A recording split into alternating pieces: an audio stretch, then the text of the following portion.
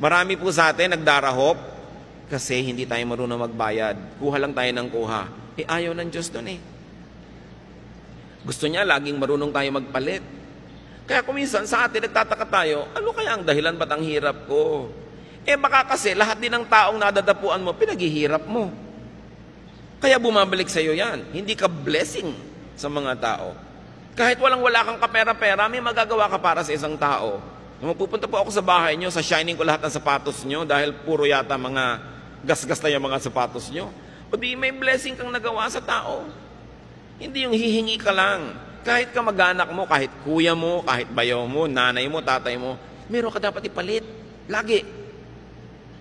Hindi mo siya binibili.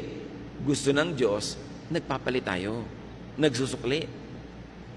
Para kinakatuwaan ka at pag natuwa sa'yo, bukas, maaalala ka na naman niya. Hindi pag nakikita ka na allergic yung tao, pinapantal. No? Dahil daig mo pa talaga ang allergy.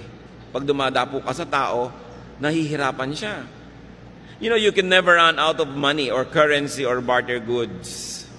Magaling ka magluto. Bakit hindi ka mag-offer? Ipagluluto mo yung isang ginang na laging busy. O lulutuin mo sa bahay mo, de-deliver mo na lang sa bahay niya. Tapos, ang bayad sa'yo, o 1/4 ng niluto mo, di libre na yung pagkain yung pamilya. Hindi lagi kang nakatunganga. Ang daming nakatunganga sa bayan na ito. Kaya nagtataka pa na bakit mahirap yung bayan. Ang dami talaga nakatunganga.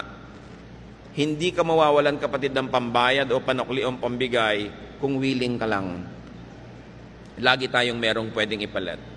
And remember, you could never be fruitless or useless, unemployed or idle if only you would decide to always make money. And that money is pera or services. Anything na pwede nating ipambayad para makuha natin yung gusto natin, it's considered money.